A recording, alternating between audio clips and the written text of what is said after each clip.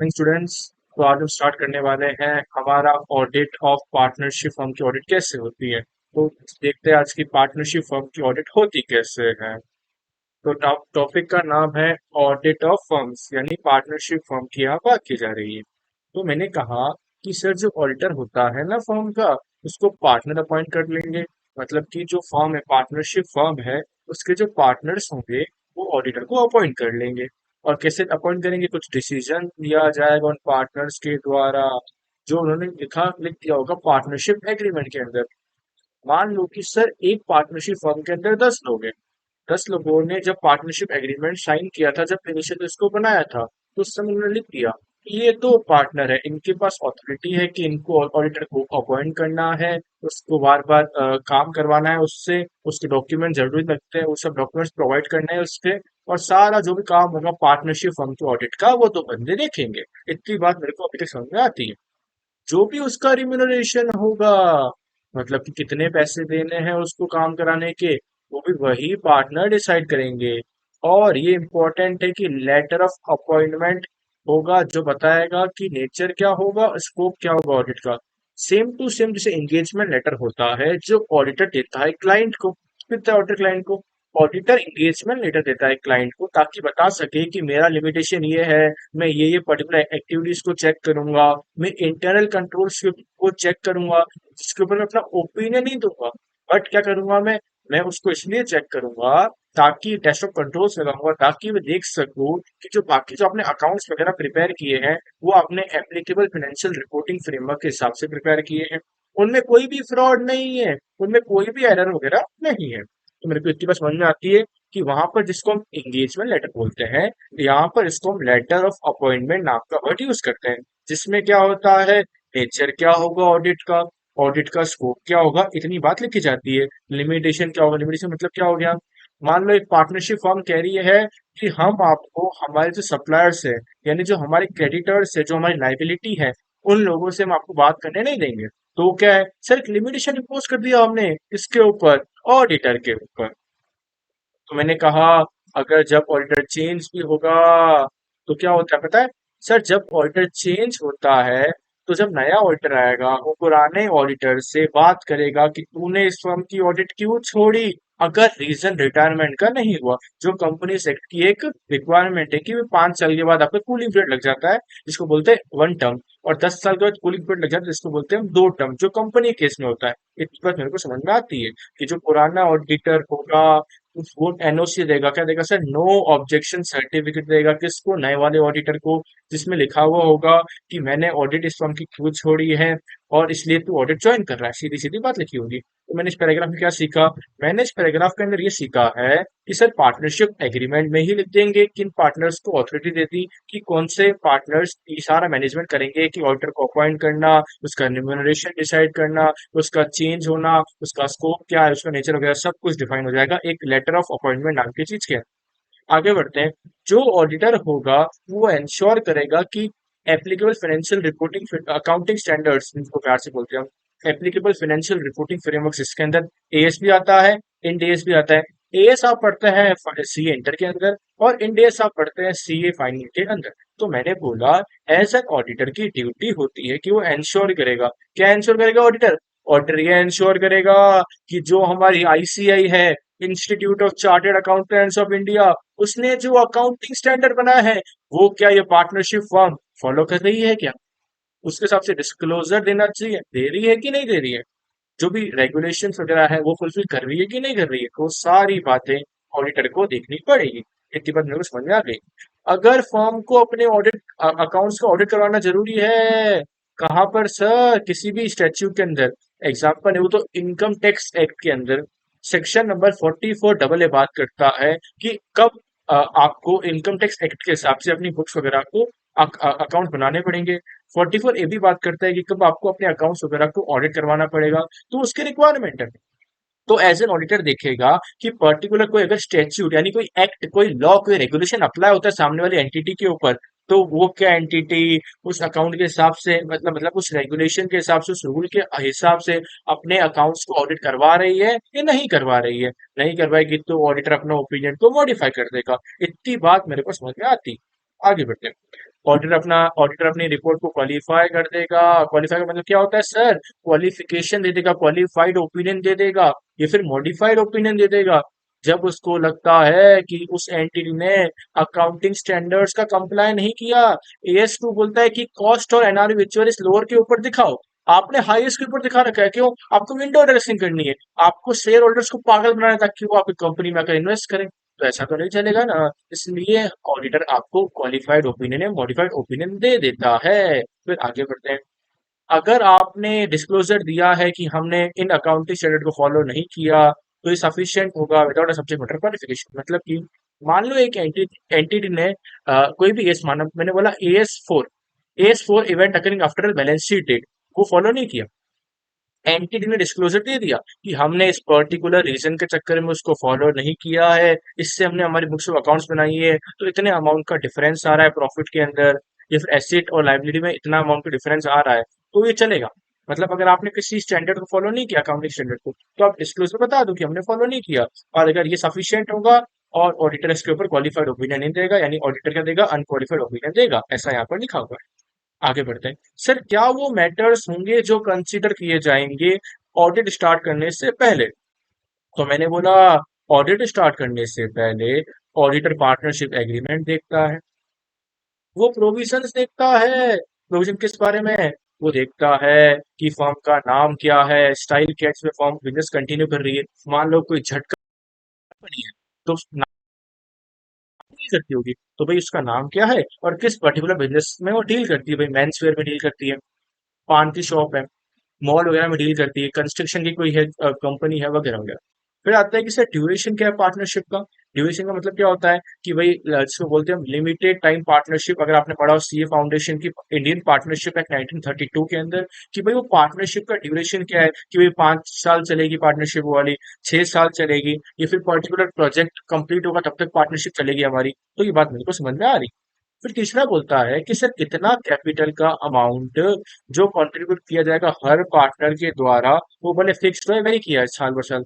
तो आपने पढ़ा होगा अकाउंट्स के अंदर सीए फाउंडेशन की partners current account, partners capital account, तो एडजस्टमेंट वगैरह पढ़े होंगे आपने उसके अंदर पार्टनरशिप वाले चैप्टर के अंदर, वो सारे इसमें कि भाई कितना कैपिटल कंट्रीब्यूट करना है, फिक्स्ड कैपिटल, फ्लोटिंग कैपिटल, वो सारे कॉन्सेप्ट यहाँ पर आएंगे। फिर मैंने बोला कि सर किस समय पर, मतलब किस पीरियड के आखिरी में उन अकाउंट्स को आपको क्लोज करना है। मतलब 31 मार्च होता है फॉर्म में, तो यहाँ पर भी 31 मार्च है कि भाई फॉर्म आपको मतलब अकाउंट वगैरह को क्लोज करना है पीरियोडिकली। और क्या प्रपोर्शन होगा जिसमें प्रॉफिट, मतलब कि profit ratio, profit distribution ratio क्या होगा, कैसे प्रॉफिट और लॉस शेयर होता है पार्टनर्स के बीच में, और क्या लॉस खाली पार्टनर शेयर करते हैं या सारे पार्टनर शेयर करते हैं, कुछ पार्टनर ही लॉस में शेयर करते हैं। जैसे अब जैसे पार्टनरशिप एग्रीमेंट में लिखा हुआ है, पार्टनरशिप डीड में लिखा हुआ है, आपको वैसा ही फॉलो करना पड़ेगा। फिर आगे बढ़ते हैं। सर जो भी प्रोविजंस है किससे रिगार्डिंग अकाउंट्स को, बुक्स ऑफ अकाउंट्स को मेंटेन करना, कुछ मैटर्स जिससे पता चलता है कि प्रॉफिट रेशियो कैसे डिटरमाइन करोगे फर्म का, जो अवेलेबल होगा डिस्ट्रीब्यूशन के लिए, रिजर्व बनाने नहीं बनाने भैया, जनरल रिजर्व रेशियो डालने नहीं डालना है, प्रोविजन फॉर डेप्रिसिएशन बनाने नहीं बनाना है, और अकाउंट्स को रीओपन करने का, जिससे आपने एक सेक्शन पढ़ा होगा अकाउंट्स का रीओपनिंग का कंपनीज एक्ट के अंदर, जो बोलता है कि आपको अगर अकाउंट्स को रीओपन करना है तो पिछले आप 4 साल के अकाउंट्स को रीओपन कर सकते हो। तो ये पॉइंट बात करता है कि आपको अपने बुक्स ऑफ अकाउंट्स को कैसे मेंटेन करना है, वो देखेगा ऑडिटर। आप कैसे प्रॉफिट रेशियो बढ़ाते हो, वो देखेगा ऑडिटर। ऑडिटर ये भी देखेगा कि आपने रिजर्व का अमाउंट क्रिएट किया नहीं किया। कोई अगर स्टेच्यूटरी ऑब्लिगेशन है तो उसमें भी आपको रिजर्व क्रिएट करना पड़ता है, वो आपने रिजर्व क्रिएट किया या नहीं क्रिएट किया। फिर आता है छठा पॉइंट कि सर बोरोइंग कैपेसिटी क्या है पार्टनरशिप की, भले वो इम्प्लाइड हो या नहीं हो। बोरोइंग कैपेसिटी मतलब क्या हुआ? मतलब कि आज कहीं ना कहीं किसी न किसी एक्ट में कुछ लिमिट्स दी हुई है कि अगर आपके एंटिटी का टर्नओवर 50 करोड़ है, तो आप मान लो उसका 2% ही आप लोन ले सकते हो, बोरेंस ले सकते हो, जिससे कंपनी से लिमिट दी हुई है। वैसे ही जो पार्टनरशिप फर्म है, क्या वो अपनी बोरोइंग कैपेसिटी में ही डेट ले रही है मार्केट से? अगर नहीं ले रही तो ऑल्टर क्या देगा? क्वालिफाइड ओपिनियन देगा। फिर सातवां पॉइंट कहता है किस रेट पर इंटरेस्ट को कैलकुलेट किया जा रहा है कैपिटल के ऊपर, क्या लोन है, जो प्रोवाइड किया जा रहा है पार्टनर्स के द्वारा, और किस रेट पर, मतलब कि इंटरेस्ट ऑन लोन क्या दे रही है फर्म अपने पार्टनर को, अगर पार्टनर ने अपना पैसा फर्म के अंदर रखा है, इसको इंटरेस्ट ऑन लोन के नाम से जानते हैं। या फिर पार्टनर ने फर्म से पैसा लिया है, इसको हम ड्राइंग्स बोलते हैं, तो उसके ऊपर एक फर्म कितना इंटरेस्ट ऑन ड्राइंग चार्ज करती है।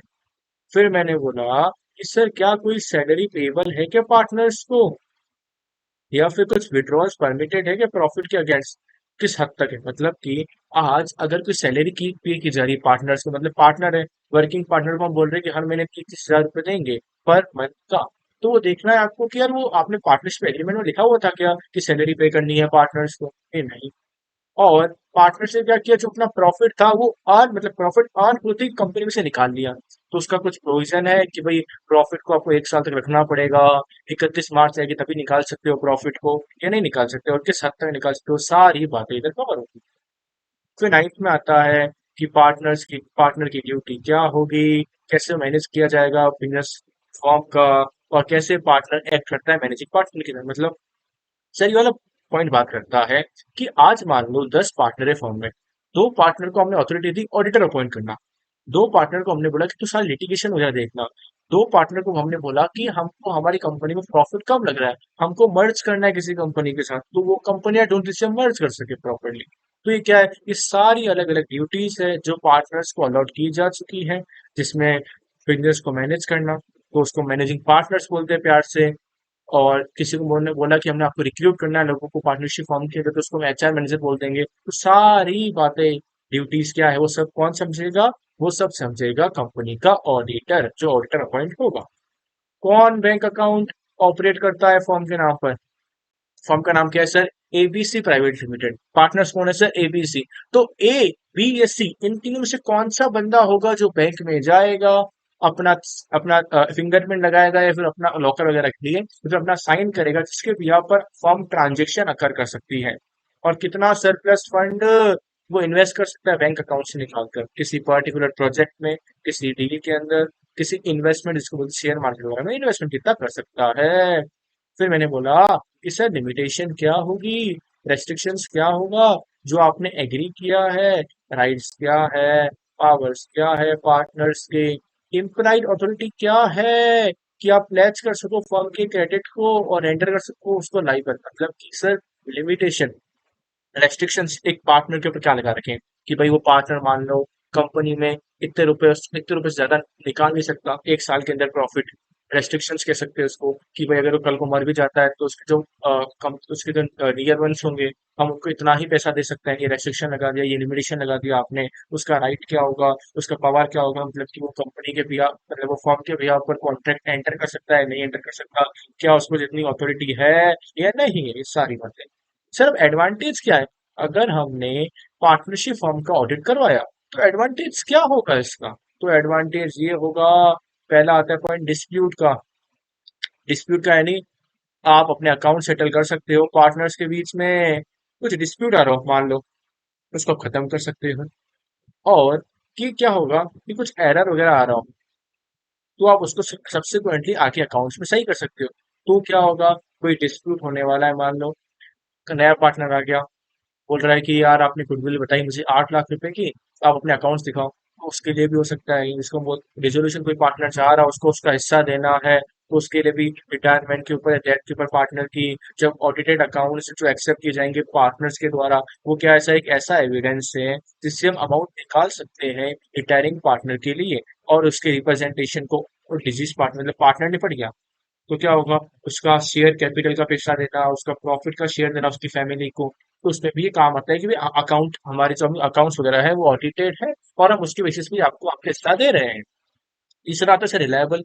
रिलायबल क्या कहता है, रिलायबल ये कहता है कि जो ऑडिटेड स्टेटमेंट्स होंगे अकाउंट्स के वो रिलाई किए जाते हैं बैंक के द्वारा, मतलब कि आज आप बैंक में लोन मांगने गए, तो बैंक क्या बोलती है, बैंक बोलती है कि हमको प्रोस्पेक्टिव फाइनेंशियल स्टेटमेंट बना के दो, यानी अब हमको ऑडिटर से लिखवा के दो, एक सीए से लिखवा के दो कि 1 साल के अंदर अंदर, आने वाले 1 साल में कंपनी अपनी डेट को इनकर मतलब डेट को पे कर पाएगी, और मतलब लाइबिलिटीज को पे कर पाएगी, और एसेट को यूज करके पूरा वर्किंग कैपिटल वगैरह सही रहेगा, वर्किंग कैपिटल पॉजिटिव रहेगा, और एंटिटी आगे जाकर अपने लोन पे कर पाएगी, एसेट में जो डेटर है उनसे पैसा रियलाइज कर पाएगी, वो सारी बातें तो ये लिखा हुआ प्रोस्पेक्टिव परचेज के बारे में लिखा हुआ है।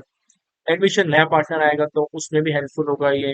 नेगोशिएशन करना, मैं गुडविल बतानी है उसको, तो वो उसको समझ जाएगा गुडविल ये है। कंट्रोल की बात करें तो एक इफेक्टिव सेफगार्ड होता है। अनड्यू एडवांटेज तो नहीं ले रहा कोई पार्टनर। मान लो कि 5 पार्टनर है, उसमें से 2 पार्टनर वर्किंग है, तो वर्किंग पार्टनर ने झोल कर दिया, वो सैलरी निकालते जा रहे हैं फर्म से, बाकी 3 पार्टनर को पता ही नहीं है कि ये सैलरी ले रहे हैं फर्म से, तो उनको पता किससे चलेगा? जब वो ऑडिटेड अकाउंट्स देखेंगे, उस पर विश्वास करेंगे, तो उनको पता चलेगा कि भैया कुछ गड़बड़ है, अकाउंट्स तो मैच ही नहीं हो रहे, क्योंकि ये तो 60,000 सैलरी, मतलब 60,000 है, 30,000 पर मंथ, 2 लोग सैलरी निकाले जा रहे हैं फर्म। एडवांटेज क्या हुए? सर एडवांटेज हुए डिस्प्यूट जो भी होगा उसको सेटल कर सकते हैं। जो भी डिसोल्यूशन होगा पार्टनर्स का, उसको पता चल जाएगा कि एक एविडेंस होगा जिस बेसिस पे हम उनको पैसा उनका दे सकते हैं, उनकी डिजीज वगैरह। रिलायबल होगा और एडमिशन ऑन कंट्रोल। फिर मैंने बोला कि सर क्या वो मैटर्स होंगे जो स्पेशली कंसिडर किए जाते हैं जब आप एक ऑडिट कर रहे हो आपके अकाउंट्स ऑफ पार्टनरशिप फर्म की?